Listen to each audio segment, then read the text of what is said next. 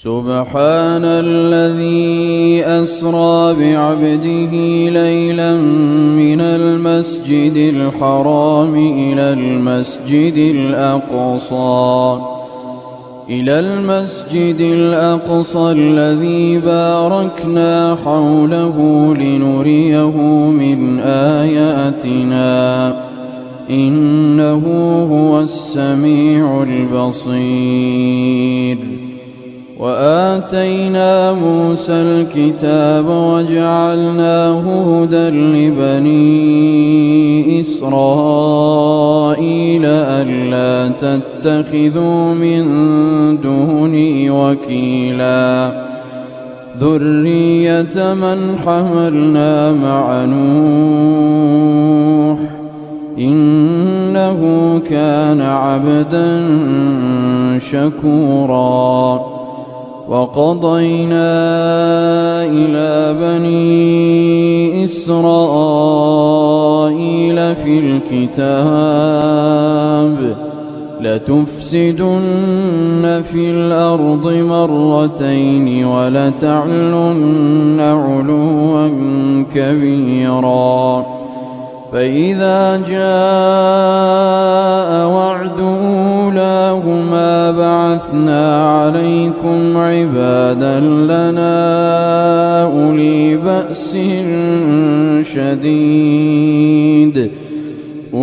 بأس شديد فجاسوا خلال الديار وكان وعدا مفعولا. ثم رددنا لكم الكرة عليهم وأمددناكم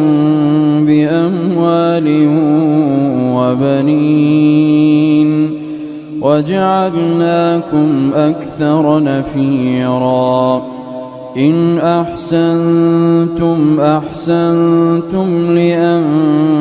لأنفسكم وإن أسأتم فلها. فإذا جاء وعد الآخرة ليسوءوا وجوهكم وليدخلوا المسجد كما دخلوه أول مرة وليتبروا ما علوا تتبيرا. عسى ربكم أن يرحمكم وإن عدتم عدنا وجعلنا جهنم للكافرين حصيرا. إن هذا القرآن يهدي للتي هي أقوم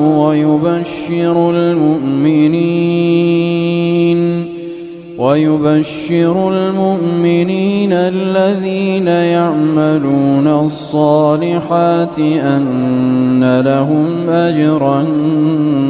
كبيرا وأن الذين لا يؤمنون بالآخرة أعتدنا لهم عذابا أليما. ويدعو الإنسان بالشر دعاءه بالخير وكان الإنسان عجولا. وجعلنا الليل والنهار آيتين فمحونا آية الليل وجعلنا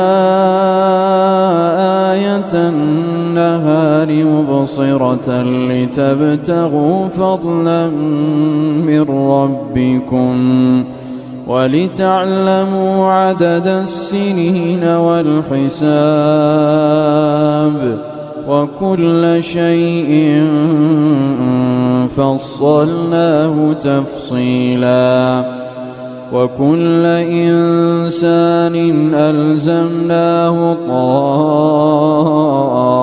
طائره في عنقه ونخرج له يوم القيامة كتابا يلقاه منشورا اقرأ كتابك كفى بنفسك اليوم عليك حسيبا من اهتدى فإنما يهتدي لنفسه ومن ضل فإنما يضل عليها ولا تزر وازرة وزر أخرى وما كنا معذبين حتى نبعث رسولا وإذا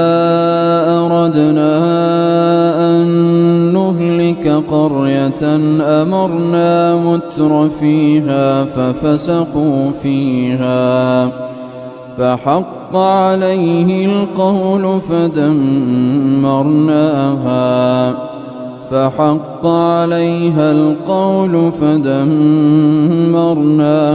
تدميرا وكم أهلكنا من القرون من بعد نوح وكفى بربك بذنوب عباده خبيرا بصيرا من كان يريد العاجلة عجلنا له فيها ما نشاء لمن نريد ثم جعلنا له جهنم يصلاها مذموما مدحورا ومن أراد الآخرة وسعى لها سعيها وهو مؤمن فأولئك كان سعيهم مشكورا كلا نمد هؤلاء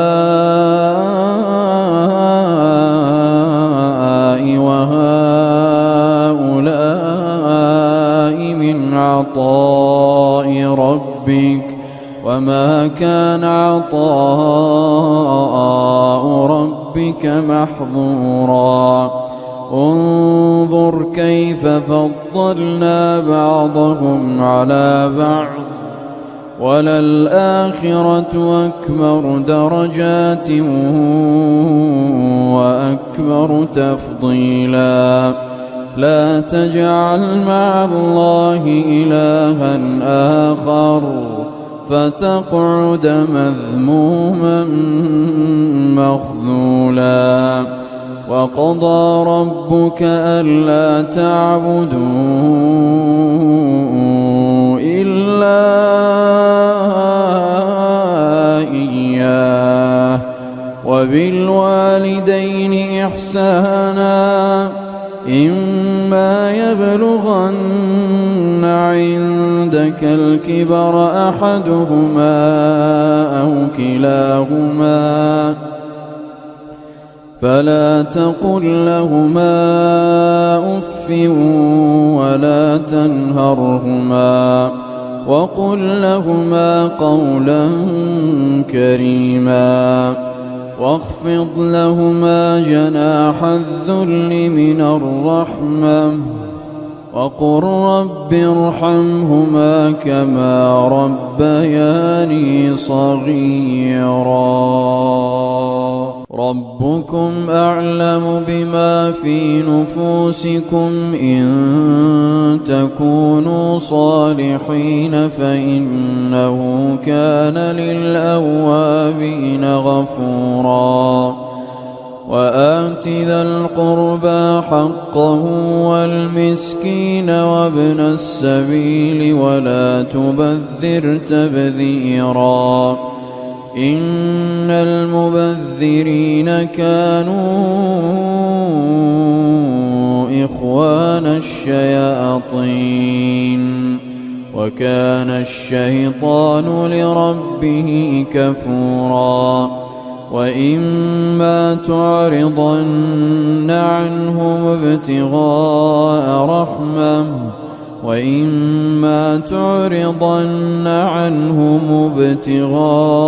رحمة من ربك ترجوها فقل لهم قولا ميسورا. ولا تجعل يدك مغلولة إلى عنقك ولا تبسطها كل البسط فتقعد ملوما محسورا. إن ربك يبسط الرزق لمن يشاء ويقدر إنه كان بعباده خبيرا بصيرا. ولا تقتلوا أولادكم خشية إملاق نحن نرزقهم وإياكم إن قتلهم كان خطأ كبيرا. ولا تقربوا الزنا إنه كان فاحشة وساء سبيلا. ولا تقتلوا النفس التي حرم الله إلا بالحق ومن قتل مظلوما فقد جعلنا لوليه سلطانا فلا يسرف في القتل إنه كان منصورا. ولا تقربوا مال اليتيم إلا بالتي هي أحسن حتى يبلغ أشده وأوفوا بالعهد إن العهد كان مسؤولا. وأوفوا الكيل إذا كلتم وزنوا بالقسطاس المستقيم ذلك خير وأحسن تأويلا. ولا تقف ما ليس لك به علم إن السمع والبصر والفؤاد كل أولئك كان عنه مسؤولا. ولا تمش في الأرض مرحا إنك لن تخرق الأرض ولن تبلغ الجبال طولا كل ذلك كان سيئه عند ربك مكروها. ذلك مما أوحى إليك ربك من الحكمة ولا تجعل مع الله إلها آخر فتلقى في جهنم ملوما مدحورا. أفأصفاكم ربكم بالبنين واتخذ من الملائكة إناثا إنكم لتقولون قولا عظيما. ولقد صرفنا في هذا القرآن ليذكروا وما يزيدهم إلا نفورا. قل لو كان معه آلهة كما يقولون إذا لابتغوا إلى ذي العرش سبيلا.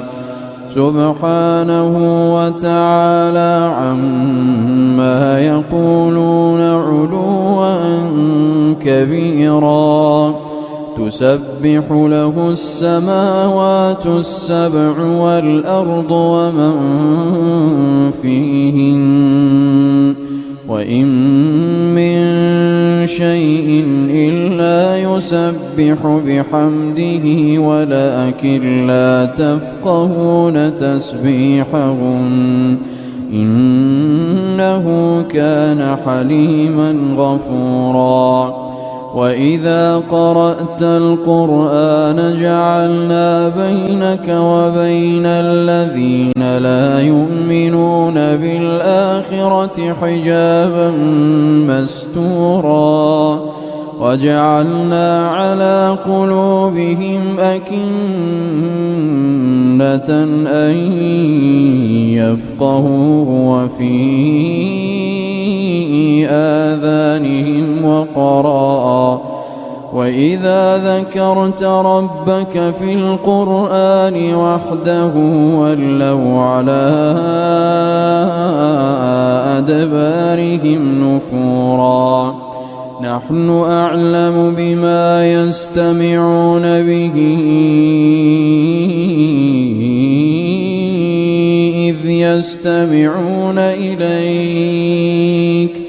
إذ يستمعون إليك وإذ هم نجوى إذ يقول الظالمون إن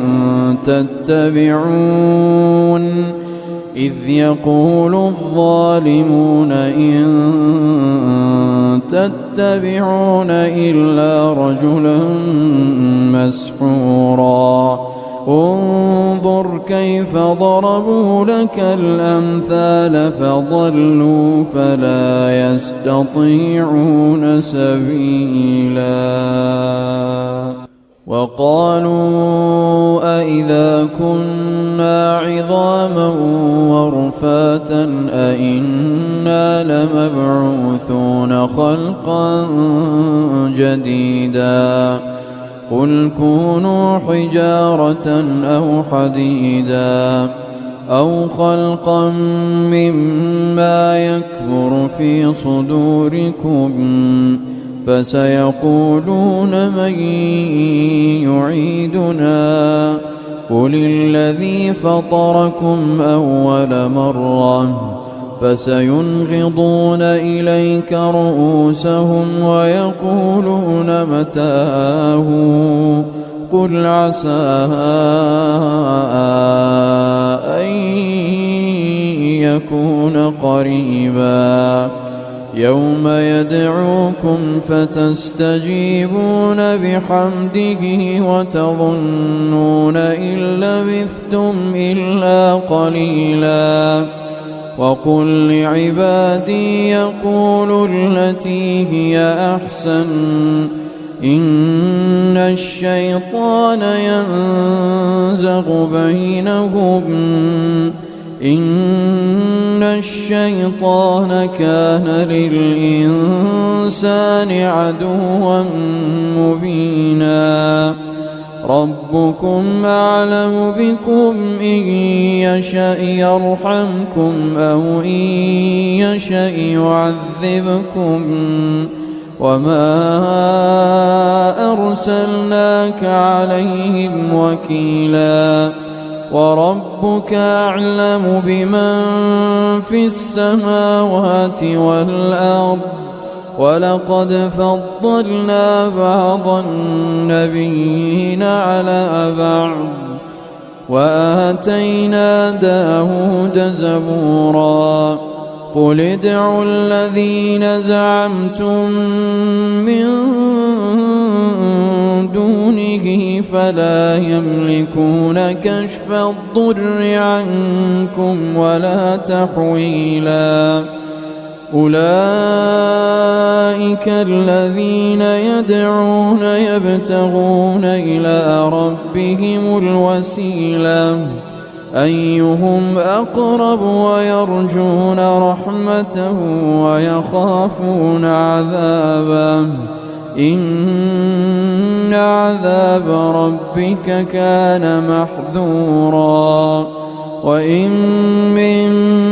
قرية إلا نحن مهلكوها قبل يوم القيامة أو معذبوها عذابا شديدا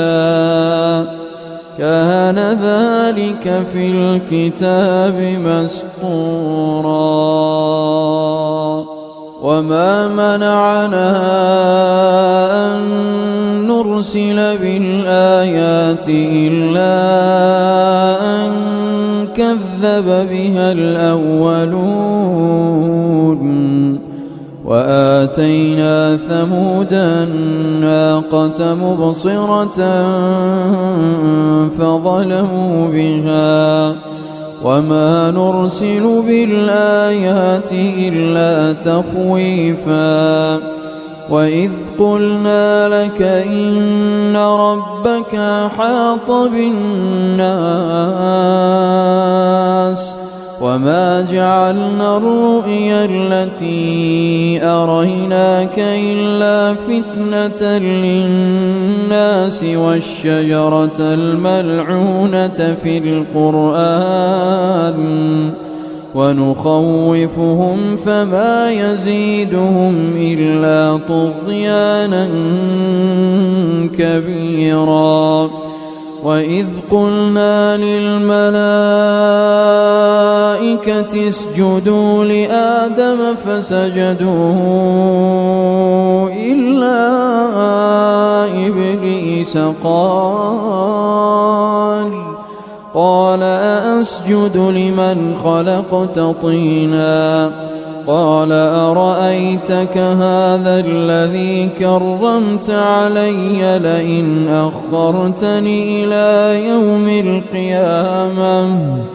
لئن أخرتني إلى يوم القيامة لأحتنكن ذريته إلا قليلا قال اذهب فمن تبعك منهم فإن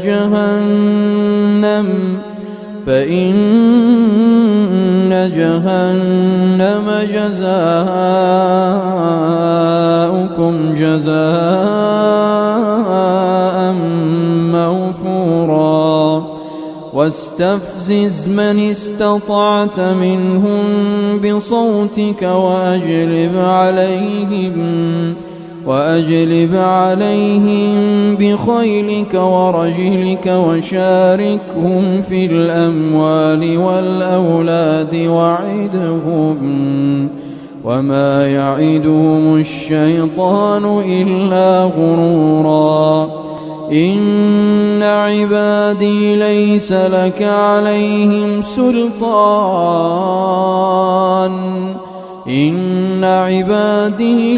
لك عليهم سلطان وكفى بربك وكيلا ربكم الذي يزجي لكم الفلك في البحر لتبتغوا من فضله إنه كان بكم رحيما وإذا مسكم الضر في البحر ضل من تدعون إلا إياه فلما نجاكم من البر أعرضتم وكان الإنسان كفورا أفأمنتم أن يخسف بكم جانب البر أو يرسل عليكم حاصبا ثم لا تجدوا لكم وكيلا أم أمنتم أن يعيدكم فيه تارة أخرى فيرسل عليكم قاصفا من الريح فيغرقكم بما كفرتم ثم لا تجدوا لكم علينا به تبيعا ولقد كرمنا بني آدم وحملناهم في البر والبحر ورزقناهم من الطيبات وفضلناهم على كثير ممن خلقنا تفضيلا يوم ندعو كل أناس بإمامهم فمن أوتي كتابه بيمينه فأولئك يقرؤون كتابهم ولا يظلمون فتيلا ومن كان في هذه أعمى فهو في الآخرة أعمى وأضل سبيلا وإن كادوا ليفتنونك عن الذي أوحينا إليك وإن كادوا ليفتنونك عن الذي أوحينا إليك لتفتري علينا غيره وإذا لاتخذوك خليلا ولولا أن ثبتناك لقد كدت تركن إليهم شيئا قليلا إذا لأذقناك ضعف الحياة وضعف الممات ثم لا تجد لك علينا نصيرا وإن كادوا ليستفزونك من الأرض ليخرجوك منها وإذا لا يلبثون خلافك إلا قليلا سنة من قد أرسلنا قبلك من رسلنا ولا تجد لسنتنا تحويلا أقم الصلاة لدلوك الشمس إلى غسق الليل وقرآن الفجر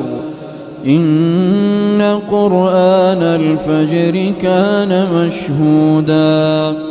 ومن الليل فتهجد به نافلة لك عسى أن يبعثك ربك مقاما محمودا وقل رب أدخلني مدخل صدق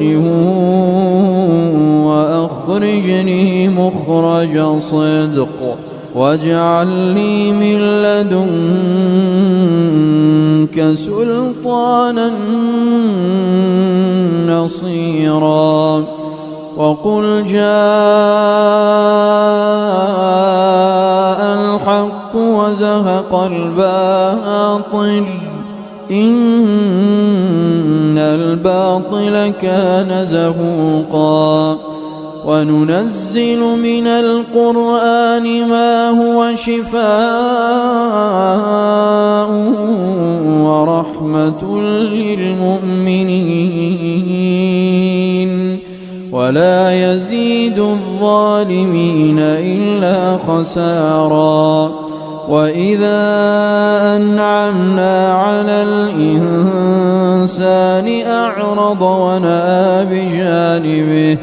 وإذا مسه الشر كان يئوسا قل كل يعمل على شاكلته فربكم أعلم بمن هو أهدى سبيلا ويسألونك عن الروح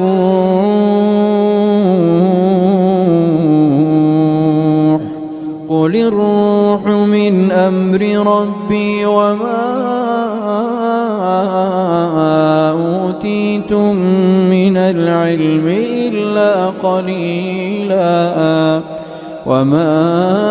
أوتيتم من العلم إلا قليلا ولئن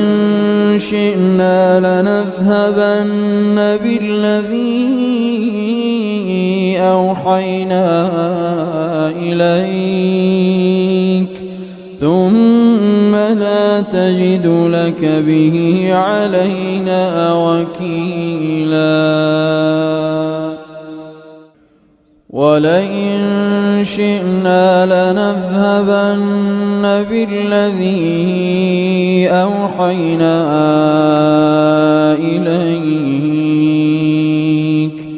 ثم لا تجد لك به علينا وكيلا إلا رحمة من ربك إن فضله كان عليك كبيرا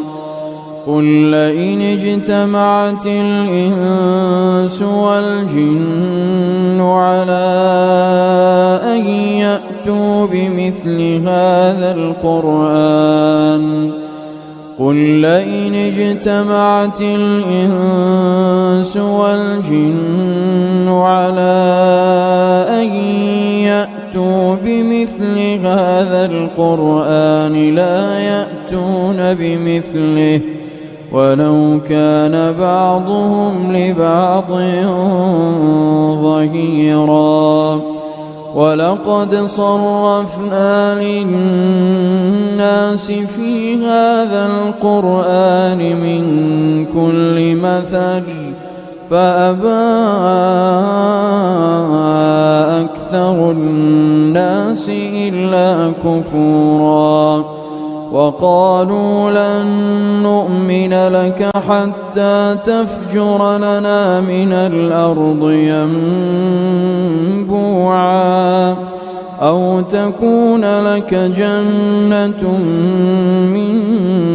نخيل وعنب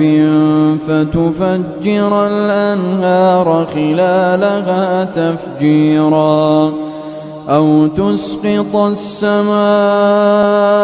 كما زعمت علينا كسفا أو تأتي بالله والملائكة قبيلا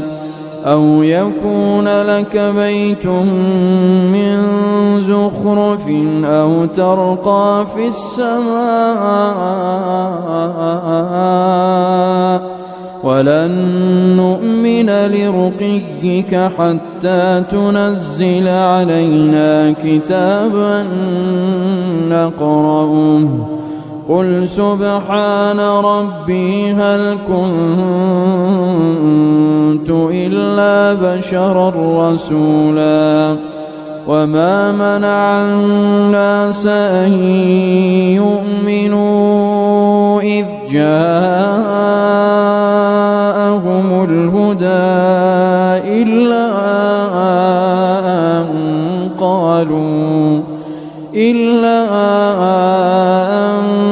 قالوا أبعث الله بشرا رسولا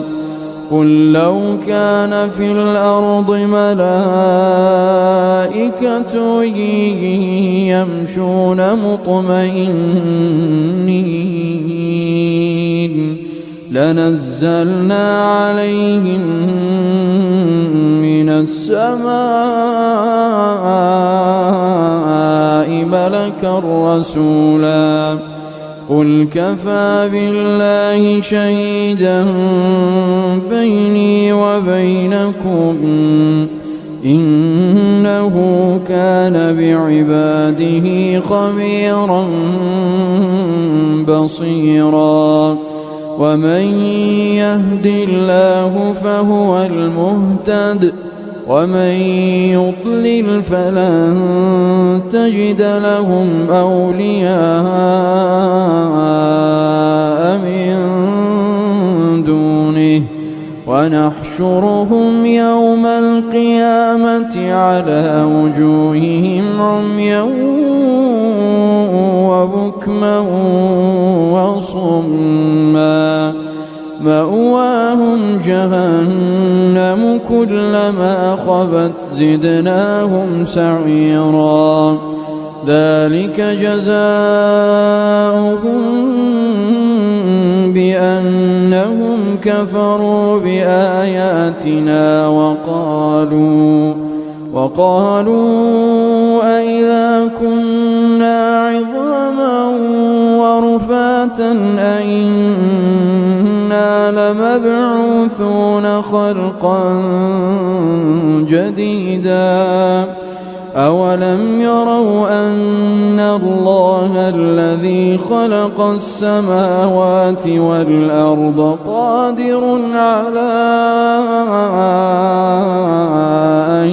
يخلق مثلهم وجعل لهم أجلا لا ريب فيه فأبى الظالمون إلا كفورا قل لو أنتم تملكون خزائن رحمة ربي إذا لأمسكتم خشية الإنفاق وكان الإنسان قتورا ولقد آتينا موسى 9 آيات بينات فاسأل بني إسرائيل إذ جاءهم فقال له فرعون إني لأظنك يا موسى مسحورا قال لقد علمت ما أنزل هؤلاء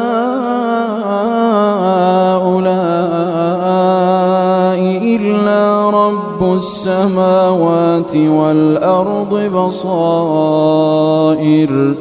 وإني لأظنك يا فرعون مثبورا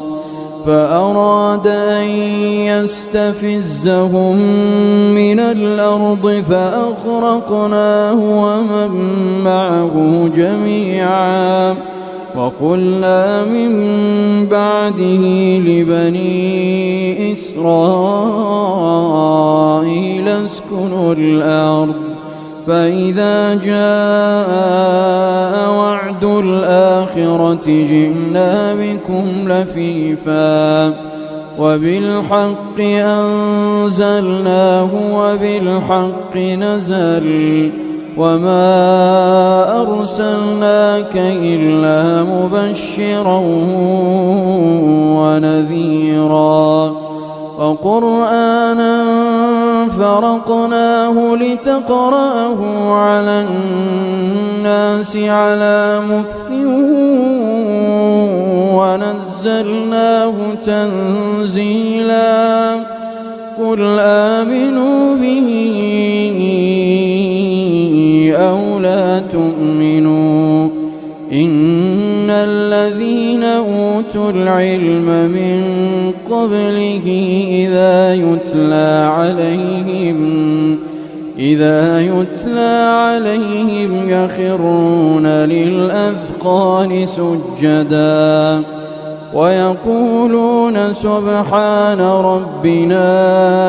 إن كان وعد ربنا لمفعولا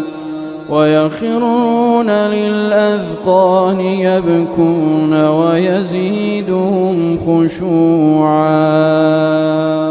قل ادعوا الله أو ادعوا الرحمن أيما تدعوا فله الأسماء الحسنى ولا تجهر بصلاتك ولا تخافت بها وابتغ بين ذلك سبيلا وقل الحمد لله الذي لم يتخذ ولدا ولم يكن له شريك في الملك ولم يكن له ولي